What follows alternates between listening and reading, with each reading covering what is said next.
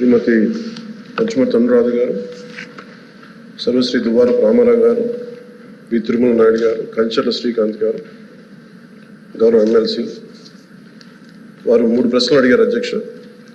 పంచాయతీరాజ్ గ్రామీణాభివృద్ధి శాఖకు సంబంధించి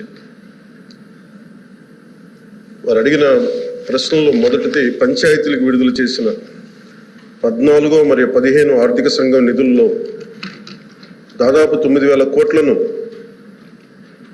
ప్రభుత్వం దారి మళ్లించిన విషయం వాస్తవమేనా? రెండో ప్రశ్న, కేంద్ర ప్రభుత్వ అధికారులు కొన్ని పంచాయతీలను సందర్శించి కొన్ని అవకతవకల్ని ఎత్తి చూపడం కూడా వాస్తవమేనా? మూడో ప్రశ్న అయితే ఒకవేళ వాస్తవం అయితే దాని మీద ఆ వివరాలపైన దానిపైన తీసుకున్న చర్యలు ఏమిటి? మొదటి ప్రశ్న అధ్యక్ష, 9,000 కోట్లను గత ప్రభుత్వం దారి మళ్లించిందా లేదా అనేది అడిగారు అధ్యక్ష. దానికి మా సమాధానం అవునండి.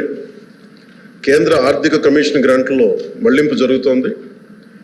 ఇప్పటి వరకు భారత ప్రభుత్వం ఆర్థిక కమిషన్ గ్రాంట్ను విడుదల చేసినప్పటికీ పంచాయతీరాజ్ సంస్థలకు 998 కోట్ల నిధులు ఇంకా విడుదల కాలేదు.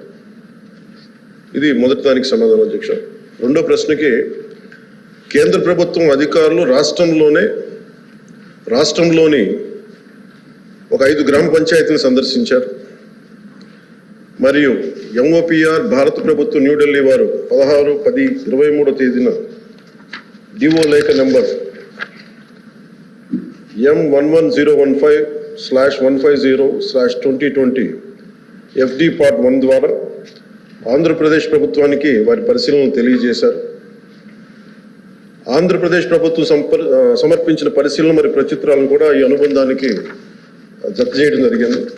గౌరవ సభ్యులు ఇంకేదైనా సందేహాలు ఉంటే అనెక్షర్ని అనుబంధంగా ఉన్న వీటన్నిటి చదువుకోవచ్చు అధ్యక్ష.